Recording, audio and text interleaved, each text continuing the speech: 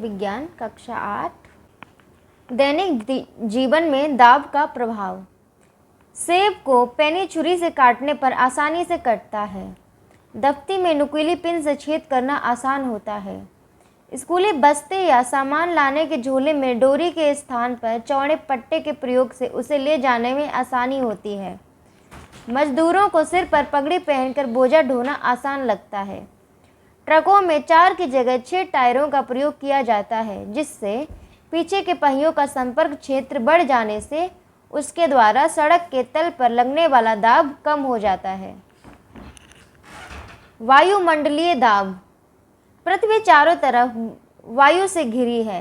पृथ्वी के चारों ओर वायु का यह आवरण वायुमंडल कहलाता है। वायुमंडल लगभग 100 किलोमीटर की ऊंचाई तक फैला हुआ है। वायुमंडल के कारण पृथ्वी की सतह पर जो दाब लगता है उसे वायुमंडलीय दाब कहते हैं। इसे संक्षेप में वायु दाब भी कहते हैं। वायु दाब के प्रभाव। एक रबर चूसक लें। ये जो चित्र दिखाए इसके अनुसार इसे मेज की चिकनी सतह पर रखें। यह है रबर चूसक और ये इसका हत्था है। इसे नीचे की ओर दबाकर छोड़ दें। अब इसे ऊपर की ओर खींचने का प्रयास करें। क्या अनुभव होता है? इसे ऊपर की ओर खींचने में कठिनाई होती है। क्यों? ये मेज है, हमने इसको ऐसे रखा यहाँ, फिर इसको नीचे की तरफ दबाया, उसके बाद हम दोबारा खींच रहे हैं जब ऊपर को, तो थोड़ी सी दिक्कत हो रही है इसको छुटाने में। यहाँ से चूसक को दबाने पर इसके अंदर की कुछ वायु बाहर निकल जाती है। इसमें जो वायु भरी थी दबाने पर वो बाहर निकल गई। वायुमंडलीय दाब के कारण इस पर बाहर से वायु दाब पड़ता है, फलस्वरूप उसे ऊपर खींचना कठिन हो जाता है। अब ये दूसरा क्रियाकलाप। पतले टिन का एक डिब्बा लें। ये ले लिया। इसके चौथाई ऊंचाई तक पानी भरें। यहाँ तक हमने पानी भर लिया। इसे कुछ देर तक गर्म करें, जिससे अंदर की वायु भाप के साथ बाहर निकल जाए। थोड़ी देर तक अब इसको हमने गैस पे बंद गर्म किया। अब डिब्बा बंद करके उसके ऊपर ठंडा पानी डाल दें।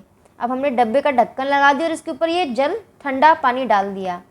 डब्बा चारों ओर से पिचक जाता है, क्योंकि डब्बे के अंदर की वायु गर्म करने से बाहर निकल जाती है और उसका स्थान जल वाष्प ले लेती है। डिब्बे को ठंडा करने पर वाष्प पानी में बदल जाती है और डिब्बे के अंदर वायुदाब कम हो जाता है। बाहर की वायु सभी दिशाओं से डब्बे पर अपेक्षाकृत अधिक दाब डालती है, जिससे डिब्बा पिचक जाता है। ये देखिए, पानी डालने पर डब्बा ही पिचकने लगा, पिचका हुआ टिन का डब्बा। अब है वायुदाब का मापन। किसी सतह के एकांक क्षेत्रफल पर लगने वाले वायुमंडल की वायु के भार से वायु दाब का मान ज्ञात किया जाता है। वायु दाब बराबर वायु स्तंभ का भार न्यूटन में बटे क्षेत्रफल वर्ग मीटर में। अब दूसरा क्रियाकलाप है। 1 मीटर लंबी कांच की नली लें, जिसका एक सिरा खुला हुआ हो। इसे पारे से पूरा भर लें। पारा एक तरल चमकदार धातु है जो ऊष्मा पाकर फैलता है। अब पारे से भारी नली को उलटकर अब पारे से भरी नली को उलटकर उसे पारे से भरे नांद में उल्टा खड़ा करें। क्या होता है? पारे का तल नीचे गिरने लगता है और लगभग 76 सेंटीमीटर की ऊंचाई पर स्थिर हो जाता है। क्यों? ऐसा वायुमंडलीय दाब के कारण होता है। पारे के 76 सेंटीमीटर स्तंभ द्वारा लगने वाला दाब पारे के तल पर लगने वाले वायुमंडलीय दाब के बराबर होता है। अतः पारे के स्तंभ की ऊंचाई के रूप में वायुमंडलीय दाब को व्यक्त करते हैं। इसे साधारण वायुदाब मापी कहते हैं। वायुदाब कम होने पर नली में पारे के स्तंभ की ऊंचाई 76 सेंटीमीटर से कम हो जाती है। वायुदाब अधिक होने पर नदी में पारे के स्तंभ की ऊंचाई 76 सेंटीमीटर से अधिक हो जाती है। सावधानी। पारे का वाष्प हानिकारक है, अतः इस क्रियाकलाप को शिक्षक की देखरेख में करें। अब है आगे प्रामाणिक वायुदाब।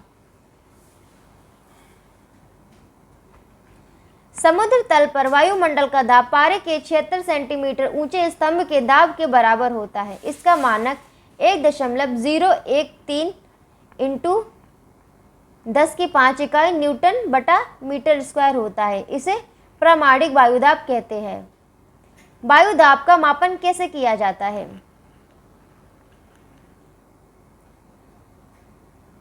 निर्द्रव दाब मापी, एनेरॉइड बैरोमीटर। वायु दाब निर्द्रव दाब मापी से भी ज्ञात करते हैं। इसमें एक गोलाकार धातु का डिब्बा होता है जिसके ऊपर की सतह पतली, लहरदार एवं वायुमंडलीय दाब के परिवर्तन के प्रति सूक्ष्मग्राही होती है। डिब्बे के अंदर की हवा निकाल दी जाती है। वायुमंडलीय दाब बढ़ने पर ऊपरी सतह अंदर दब जाती है और दाब कम होने पर सतह ऊपर उठ जाती है। सतह की इस गति के कारण अंदर लगी कमानी दब जाती है या ऊपर उठ जाती है। इससे लगे लीवर से एक संकेतक पॉइंटर जुड़ा होता है जो पैमाने पर दाब का पाठ्यांक रीडिंग देता है। यह निर्द्रव दाब मापी। निर्द्रव दाब मापी घड़ी की आकृति का होता है। इसमें द्रव का प्रयोग नहीं किया जाता है, अतः इसे सरलता पूर्वक एक स्थान से दूसरे स्थान पर ले जाया जा सकता है। स्थान के सापेक्ष वायु दाब में परिवर्तन। पृथ्वी की सतह से लगभग 110 मीटर ऊपर जाने पर वायुमंडलीय दाब का मान पारे के 1 सेंटीमीटर स्तंभ के बराबर नीचे गिर जाता है। नैनीताल के समुद्र तल से ऊंचाई 1800 मीटर है। वहां पर वायु दाब का मान केवल 60 सेंटीमीटर पारे के स्तंभ के बराबर है। समुद्र तल से स्थान की ऊंचाई बदलने से दाब भी बदल जाता है, अतः स्थान की ऊंचाई के सापेक्ष वायु दाब बदलता है। इस कारण किसी स्थान का वायु दाब ज्ञात करके उसकी समुद्र तल से ऊंचाई ज्ञात की जा सकती है। क्या किसी अन्य कारण से भी वायु दाब बदलता है? एक निर्द्रव दाब मापी से प्रातः 8 बजे और साय 5 बजे एक ही स्थान का दाब ले। क्या दोनों पाठ्यांक एक है? पाठ्यांक में थोड़ा अंतर हो सकता है। किसी स्थान पर वायु दाब थोड़ा बहुत घटता बढ़ता रहता है।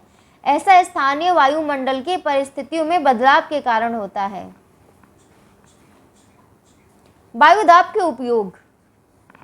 जल pump, cycle pump, football pump आदि की कार्यविधि वायु दाब पर आधारित है। जल पंप की संरचना, ये चित्र दिया गया है 11.8। ये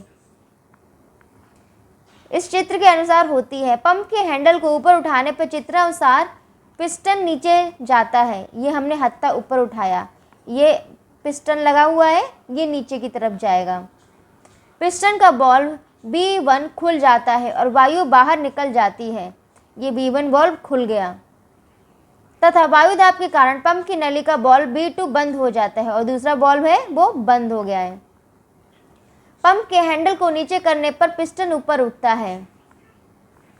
पिस्टन के नीचे वायु दाब कम होने के कारण बॉल्व B1 बंद हो जाता है और बॉल्व B2 खुल जाता है। फलस्वरूप जल बेलन के अंदर चढ़ जाता है। बेलन के अंदर, इसके अंदर जल ऊपर आ जाता है।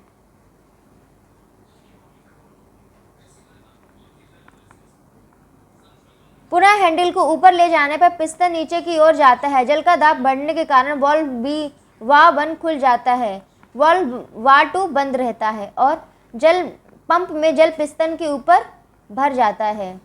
हैंडल को नीचे ले जाने पर पिस्टन ऊपर उठता है। जल दाब के कारण बॉल्व B1 बंद हो जाता है। फलस्वरूप चित्रानुसार जल टोटी से बाहर निकलने लगता है। इस समय बॉल्व B2 खुल जाता है और पंप के अंदर जल नीचे से आकर भरने लगता है। ये यहाँ से निकल रहा है, ये वाला बॉल्व खुल गया और इसमें पानी भर गया। इस प्रकार पंप के हैंडल के ऊपर नीचे करने से लगातार जल निकलने लगता है। Football pump. फुटबॉल पंप द्वारा फुटबॉल में हवा भरते समय ब्लैडर में लगी पतली नली पर पंप का निचला सिरा कसकर लगा देते हैं। जब पिस्टन को बाहर की ओर खींचते हैं तो चमड़े का वॉशर सिकुड़ जाता है और बाहर की वायु वॉशर को दबाकर बेलन के अंदर भर जाती है। इस समय गोली रूपी वाल्व नदी के ऊपरी मुंह को बंद रखता है। पिस्टन को नीचे दबाते हैं तो चमड़े का वॉशर पंप के अंदर वायुदाब बढ़ने के कारण फैल जाता है तथा बेलन की दीवार से सट जाता है।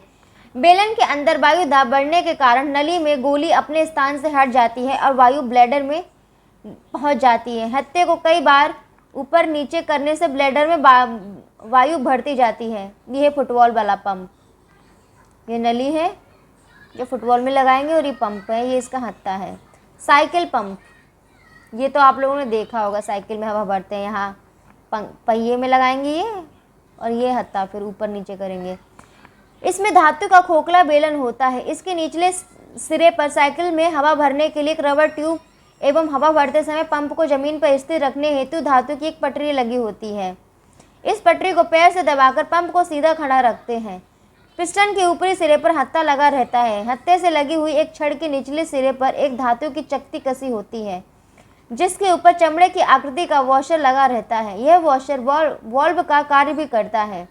साइकिल पंप के हत्थे को ऊपर की ओर खींचा जाता है। तब पिस्टन के नीचे खाली स्थान बढ़ने के फलस्वरूप वायु दाब कम हो जाता है। पिस्टन के ऊपर से हवा दबाव डालकर वॉशर के नीचे बेलन में भर जाती है। जब हत्थे को नीचे दबाया जाता है तब पिस्टन के नीचे की वायु पर दाब बढ़ता है, जिसके कारण वॉशर के किनारे फैलकर बेलन से चिपक जाते हैं और दबी हुई वायु रबड़ की नली से होकर ट्यूब में चली जाती है।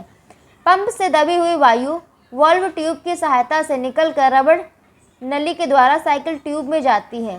साइकिल ट्यूब से भरी वायु के इस वाल्व ट्यूब पर बाहर से दाब डालने के कारण ट्यूब में भरी वायु बाहर नहीं निकल पाती है। पिस्टन को बार बार ऊपर नीचे करने से साइकिल ट्यूब में हवा भर जाती है। तो अभी हम यहीं तक पढ़ेंगे। अगली वीडियो में इसके आगे घनत्व से पढ़ेंगे। घनत्व।